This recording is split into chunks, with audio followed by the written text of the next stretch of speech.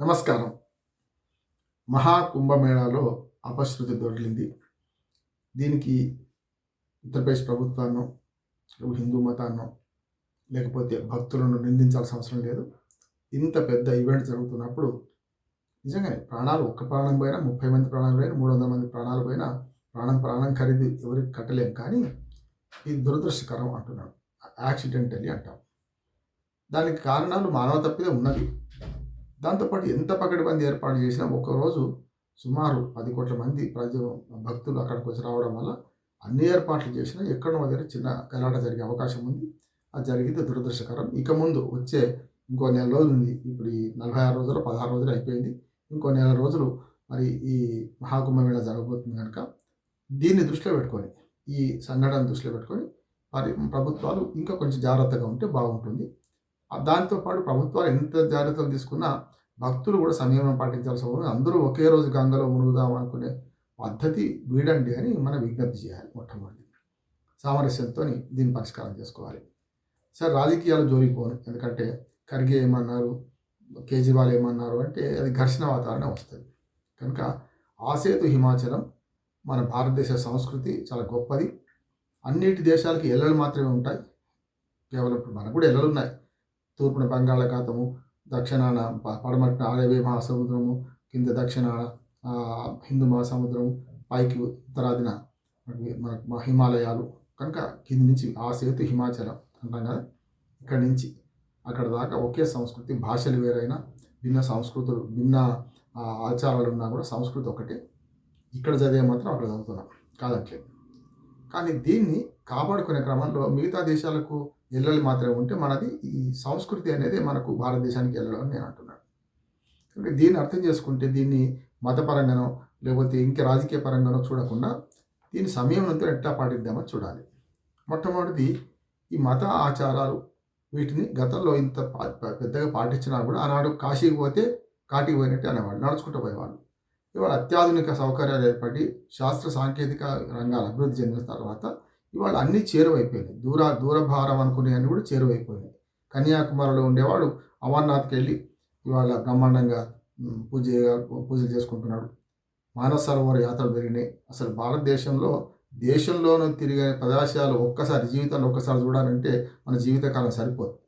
అట్లాంటి ఆధ్యాత్మిక ప్రదేశం అనేది తప్పనిసరి దాన్ని అనుభవించాలి. ప్రకృతి కంటే మించిన భగవంతుడు లేడని నమ్మేవాడిని నేను. ప్రకృతిని మించిన భగవంతుడు లేడు కనుక ప్రకృతిని చూసే క్రమంలో తీర్థయాత్రలు 2 పనులు చేస్తాయి. దేశాటనం ఎప్పుడైనా కూడా ఆ దేశాటనం వల్ల మనం మానసికంగా అభివృద్ధి చెందుతాం, శారీరకంగా ఆరోగ్యంగా ఉంటాం, అట్లాగే స్పిరిచువల్గా కూడా మంచి ప్రవర్తనతో కలిగి ఉంటాం. ప్రపంచం ఏంది, మానవత్వం ఏంది, మంచి ఏంది, చెడ్డ తెలుసుకోగలుగుతాం. అందుకని ఆధ్యాత్మిక యాత్రలైనా, ప్రకృతి యాత్రలైనా, ఏ తీర్థయాత్రలైనా లేకుంటే విహారయాత్రలైనా మనిషికి అవసరం. కానీ పొలం అంటూ అందరూ ఒకే చోటికి ఒకే రోజు వెళ్ళడం సరైనది కాదు. అక్కడ వస్తుంది సమస్య అంతా కూడా. నేను ఒక 4-5 ఉదాహరణలు చెప్తాను. ఇదే మహాకుంభమేళలో అంతకుముందు 1954లో 800 మంది చనిపోయారు. 800 మంది, ఒకరిద్దరు కాదు. ఇవాళ 30-40తో ఆగిపోతుంది. సంతోషమే. ఇంత క్రౌడ్ ఉన్నప్పుడు ఆనాడు మొత్తం దేశ జనాభానే 33 కోట్లు. ఏది 54 కన్నా ముందు సంగతి చూసుకుంటే కాబట్టి 35 కోట్లు 40 కోట్ల మంది ఉంటుంది 54లో అయితే. మరి 40 కోట్ల మంది ఆనాడంటే ఇవాళ 40 కోట్ల మంది ఈ నెల రోజుల్లో మన గంగా స్నానం చేస్తున్నారు. అంటే ఒకనాడు దేశ జనాభా మొత్తం ఇవాళ ఆ మహాకుంభమేళలో ఉన్నది. కనుక జనం పెరిగినప్పుడు జనమల్లో జాతరమల్లో అంటాం కదా, అది జరుగుతున్నది. దీన్ని గమనించాలి. ఎన్ని ఏర్పాట్లు చేసినా ఇదో సమస్య. రెండోది ఏంటంటే ఈ ఒకే రోజు గంగలో మునుగమని చెప్పడం ఇది ఒకటే కాదు. అట్లాగే బాబాల పాదధూళి మాకు అంటాలని చెప్పి పోయిన 2024 ఉత్తరప్రదేశ్లో జరిగిన సంఘటన చూశాం కదా మనం. ఆయన కారు దిగి నడుస్తుంటే ఆ నడిచిన కాలి ధూళి మాకు అంటారని అందరు ఎగబడితే 140 మంది చనిపోయారు. చూసినగా. అంటే అట్లానే అదొక్కటే కాదు, ఇంకా చాలా. నేను సంఖ్య తప్పు ఒప్పు చెప్తుండొచ్చు, కానీ తర్వాత ఇదే మహాకుంభమేళలో 2-3 సార్లు చనిపోయిన వారి సంఖ్య తీసుకున్నా కూడా, ఇతర ప్రమాదాలు తీసుకున్న నాసిక్లో జరిగింది కానీ ఇతరత్ర జరిగింది తీసుకున్నా కూడా, ఈ మొత్తం సంఘటనలు చూస్తే కేవలం అయోధ్య బ్రిడ్జి ఊలిపోతుందని, ఏది అంతకుముందు 10 ఏళ్ళ క్రితం అనుకుంటాను, అయోధ్య బ్రిడ్జికి మన కేబుల్ బ్రిడ్జి పడితే అది కూలిపోతుందని తొక్కిసలాట్లు అక్కడ చనిపోయింది. చిన్న పెద్ద మొన్నటికి మొన్న సినిమా హాల్లో ఎంతమంది మా అంటే ఒక 1000, 2000, 3000 మంది తొక్కిసలాట. 4000 మంది అనుకోండి. 4000 మంది ఒక ప్రాణం పోయింది కదా, ఒక ప్రాణం ఇంకా కొట్టుమిట్టాడుతుంది కదా. బాలుడు ఇంకా మాటలు రావడం లేదు, వాడికి ఏమైందో తెలియదు కదా. తిరుపతిలో మొన్న చూసినాం 6 చనిపోయిన సంఘటన చూసినాం తొక్కిసలాట్లో. అట్లాగే గతంలో కృష్ణా నదిలో ఆ 3 నిమిషాలే ముఖ్యమైన 2:30 నిమిషాలలో మీరు కృష్ణా పుష్కర స్నానాలు చేస్తే ఏమైంది, చేయమంటే ఏమైంది చూసినాం కదా. అంటే దయచేసి ఈ మౌని అమావాస్య కనుక చాలా ఏర్పాట్లు చేసిండు. అయినా వాటికి 10 కోట్ల మందికి ఇప్పటికే స్నానాలు చేశారు అంటున్నారు. అప్పటికి వీఐపీలను వద్దన్నారు. చాలా వరకు ఏ సాధు సంతువులను కూడా మధ్యాహ్నం రండి పొద్దున కంట్రోల్ చేశారు. అంత పెద్ద సంఘటన తెల్లారిగట్ల అంటే ఇవాళ 29వ తారీఖు 28 అర్ధరాత్రి దాటిన తర్వాత జరిగిందంటే వెంటనే 4-5 గంటల్లో అదుపులోకి వచ్చింది. కనుక మధ్యాహ్నం మాత్రమే వాళ్ళు పోగలిగారు. అందుకని నేనేమంటున్నానంటే ప్రభుత్వ వైఫల్యమనో ఫలానా యోగి రాజీనామా చేయాలనో లేకుంటే మోడీ రాజీనామా చేయాలంటూ ఉంటాడు ఇప్పుడు. కానీ అది కరెక్ట్ కాదు. రాజకీయంగా దీన్ని వాడుకోకండి. మతాన్ని కూడా రాజకీయం చేయకండి. కనుక చేయాల్సిన పని ఏంటంటే ఇక ముందు ఇట్లాంటివి జరగకుండా ఫలానా ఒకే రోజు ఫలానా ఆ రోజు అర్ధ రోజే ఈ మొత్తం మునుగండి అంత లాభం లేదు. ఇల్లే వైకుంఠం అనే భారతీయ సంస్కృతి మనకు. ఇల్లే వైకుంఠంగా చూసుకొని గంగా అంటే గంగా నది గంగా కాదు. మనం గోదావరి నదిని కూడా గంగా అని పిలుస్తాం మన దగ్గర.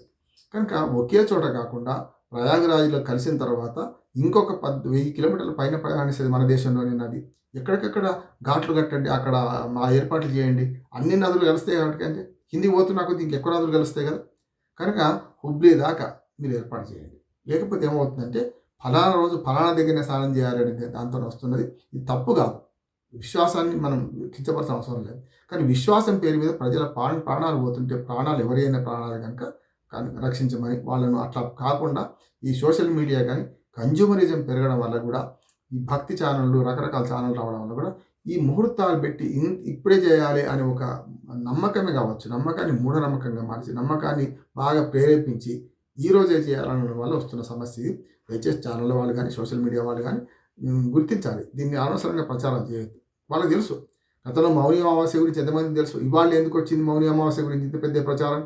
కనుక దీన్ని ప్రచారం చేయొద్దు అంటలేను. చేసిన ప్రచారాన్ని భక్తులు కూడా విజ్ఞతతో ఆలోచించి మనం పోవడం అవసరమా కాదా, పోతే మన ఇబ్బందుల పాలవుతామా, పిల్లాది మేర తీసుకొని పోతే కష్టమా కాదా అని ఆలోచించి ఇవాళ కాకపోతే రేపు నేనేమంటున్నాను, ఈ సంవత్సరం అంతా పుష్కరాలు అనుకోండి, ఈ సంవత్సరం అంతా కుంభమేళ అనుకోండి, ఇవాళ కాకపోతే రేపు పోండి. ఈ 46 రోజుల తర్వాత కూడా శివరాత్రి తర్వాత కూడా గంగానది ఎటుపోదు. మనకు గంగానది నిరంతర ప్రవాహం నడుస్తూనే ఉంటుంది. అప్పుడు ఇంకా బ్రహ్మాండంగా స్నానం చేయవచ్చు, ఎక్కువసేపు గడపవచ్చు అక్కడ నదిలో. ప్రయాగరాజులో త్రివేణి సంగమంలో ఆనందంగా ఎవరికి వెళ్ళండి వెళ్ళగొట్టేదాకుండా అవసరం లేకుండా ఉండవచ్చు, మన ఇష్టం ఉన్నంతసేపు ఉండొచ్చు. కనుక భక్తులందరికీ విజ్ఞప్తి ఏంటంటే మరొక సంఘటన ఇటువంటిది జరగకుండా దయచేసి చూడాలి. ప్రభుత్వ యంత్రాంగం ఎంత పనిచేసినా మనం సంయమనం పాటించకపోతే, భక్తులం సంయమనం పాటించకపోతే మనకే కష్టం. మన ప్రాణాలు విలువ ఉన్నది. మనకు భక్తులందరూ కూడా ఈ సంయమనం పాటించి ఇక ముందు ఈ సంఘటన జరగకూడదు చూడాలి. ప్రభుత్వాలు కూడా కొంత ఏర్పాట్లు ఇంకా గట్టిగా చేయాలని కోరుతూ నమస్కారం.